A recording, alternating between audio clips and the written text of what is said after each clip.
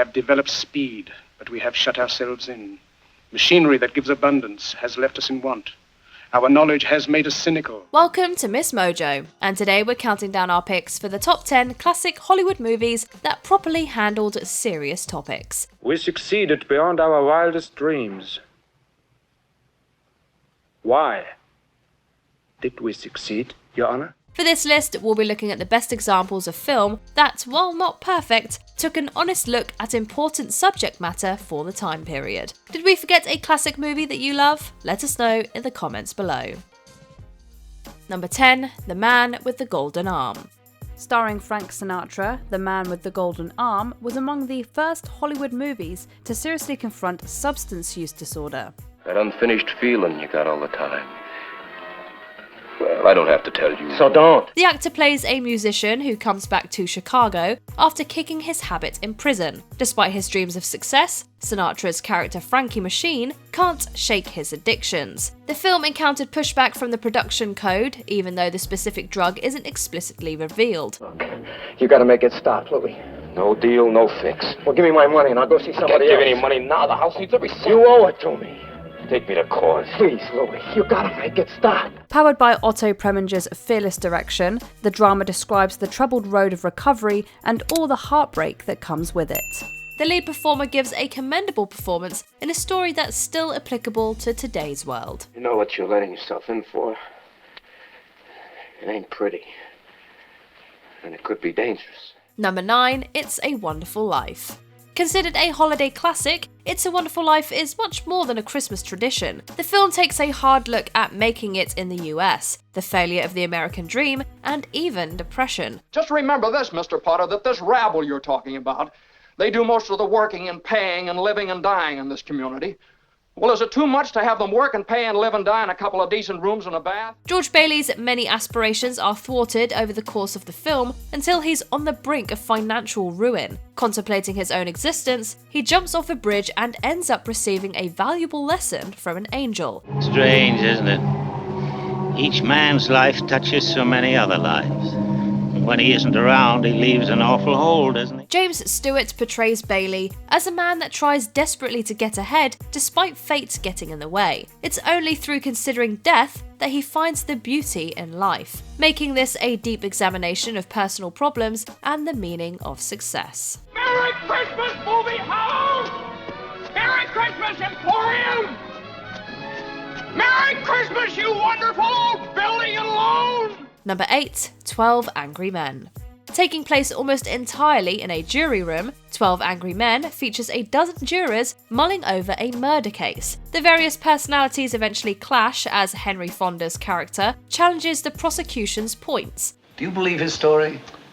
I don't know whether I believe it or not. Maybe I don't. So how come you vote not guilty? Well, there were 11 votes for guilty.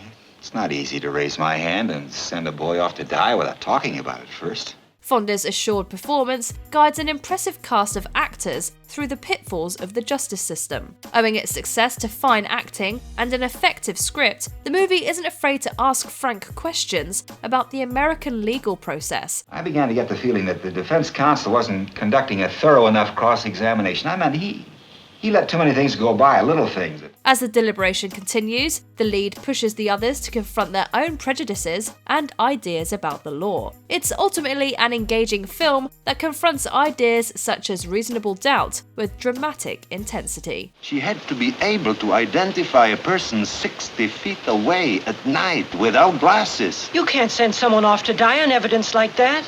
Oh, don't give me that. Don't you think the woman might have made a mistake? No. It's not possible. Number 7, Days of Wine and Roses. With brave performances from Jack Lemmon and Lee Remick, Day of Wine and Roses examines the effects of alcoholism. I don't know why I've been fired from 5 jobs in 4 years, and it's not politics. Like we always say, it's not office politics or jealousy or any of that stuff. It's booze. It's booze. A couple of drinks. We have more than a couple of drinks. We get drunk. We stay drunk most of the time. Lemon's character Joe starts a relationship with Remick's Kirsten, introducing her to drinking. The couple faces personal troubles as they struggle to function without drinking. I am not an alcoholic, and I refuse to say I am. I refuse to ask for help in something that is just a matter of self-respect and willpower. Not only does the movie feature scenes of drunken rage, but it also reveals the larger impact those with alcohol use disorder have on their friends, loved ones, and professional lives. Filmmaker Blake Edwards presents a pointed thesis about a subject that affects so many families all over the world. 2 people, 7 years. Booze, no booze, drunk, sober. Isn't love love? I don't know. Number 6, In the Heat of the Night. When Detective Tibbs visits Mississippi, he gets racially profiled by a small-town police department. Chief Gillespie slowly realizes the error of his ways and has Tibbs help him solve a homicide case. You got such a big head that you could never live with yourself unless you could put us all to shame. You want to know something, Virgil? I don't think that you could let an opportunity like that pass by. Throughout the narrative, the filmmakers don't hesitate to show the overt racism of the white population. The movie also allows Sidney Poitier to shine in scenes that physically confront prejudice. You saw it. I saw it. Well, what are you going to do about it? I don't know. Its biggest strengths lie within quieter moments, such as the 2 leads commiserating over a drink. In the Heat of the Night, it doesn't pretend to solve racism by its conclusion, instead trying to connect its central characters on a human level. Virgil?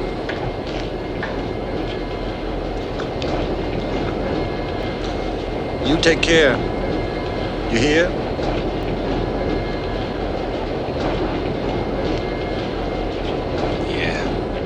Number 5, Judgment at Nuremberg. Depicting one of the tribunals that followed World War II, Judgment at Nuremberg puts the people who aided and abetted the Nazis on trial. The epic runtime concerns the roles of German legal figures that upheld the Third Reich's inhumane doctrines. They embraced the ideologies of the Third Reich as educated adults, when they, most of all, should have valued justice.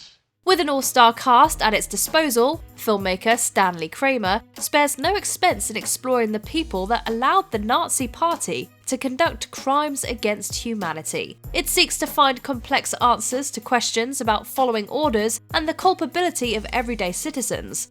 Does that make us any the less guilty? Maybe we didn't know the details. But if we didn't know, it was because we didn't want to know. Observing the various views of the defendants, the movie doesn't let any of the perpetrators off easy in its assessment of their actions. The overall narrative ultimately asks its viewers whether or not they would have the courage to confront similar injustices. It is easy to condemn the German people, to speak of the basic flaw in the German character that allowed Hitler to rise to power, but at the same time, comfortably ignore the basic flaw of character that made the Russians sign pacts with him, Winston Churchill praise him, American despots profit by him. Number 4, The Best Years of Our Lives. Only a year after World War II ended, The Best Years of Our Lives detailed the lives of soldiers returning from the battlefield. The thing that scares me most is that everybody's going to try to rehabilitate me. All I want's a good job, a mild future, and a little house big enough for me and my wife. Give me that much and I'm rehabilitated like that. The movie could have easily sugarcoated their adjustment to civilian life. Instead of glossing over the negatives of post-war life, this film follows characters that carry around the mental and physical traumas of war. Actor Harold Russell brought his own military experience to the story as a real-life amputee. You don't know what it'd be like to have to live with me, to have to face this every day, every night. But I can only find out by trying.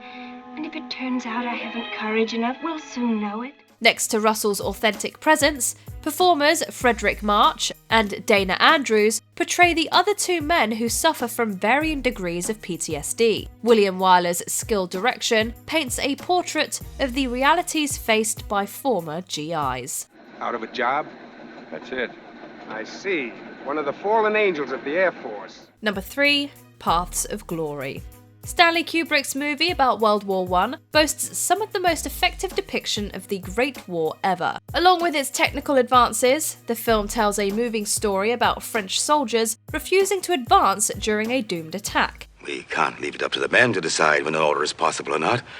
If it was impossible, the only proof of that would be their dead bodies lying in the bottom of the trenches. They're scum, Colonel. The commanding officer demands that men be put on trial for cowardice and subsequently executed. Kirk Douglas gives one of his best performances as the colonel trying to defend his troops. I can't believe that the noblest impulse of man, his compassion for another, can be completely dead here. Daring in its anti-war views, Paths of Glory also features a general theme of questioning authority. Douglas's character seeks to make sense of a senseless conflict in an unforgettable experience. Those men didn't fight, so they were shot.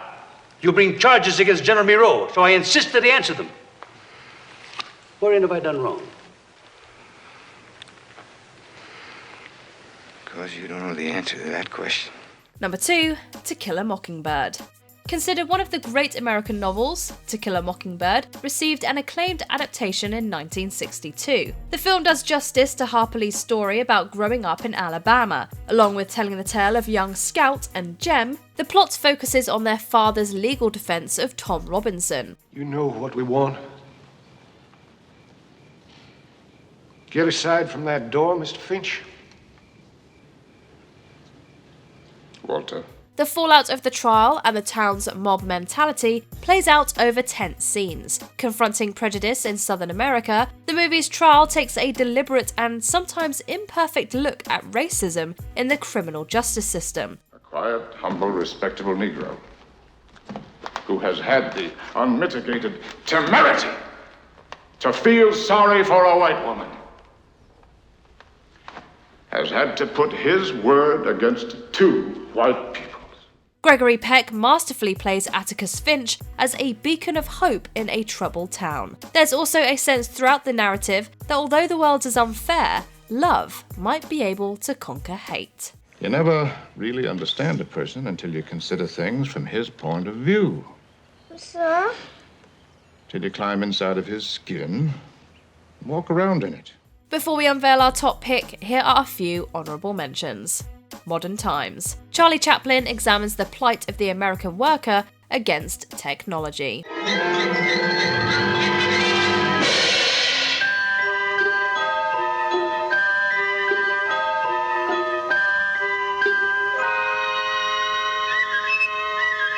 Guess Who's Coming to Dinner? Sidney Poitier stars in a classic drama about an interracial couple during the turbulent 1960s. There will be 100 million people right here in this country who will be shocked and offended and appalled at the two of you.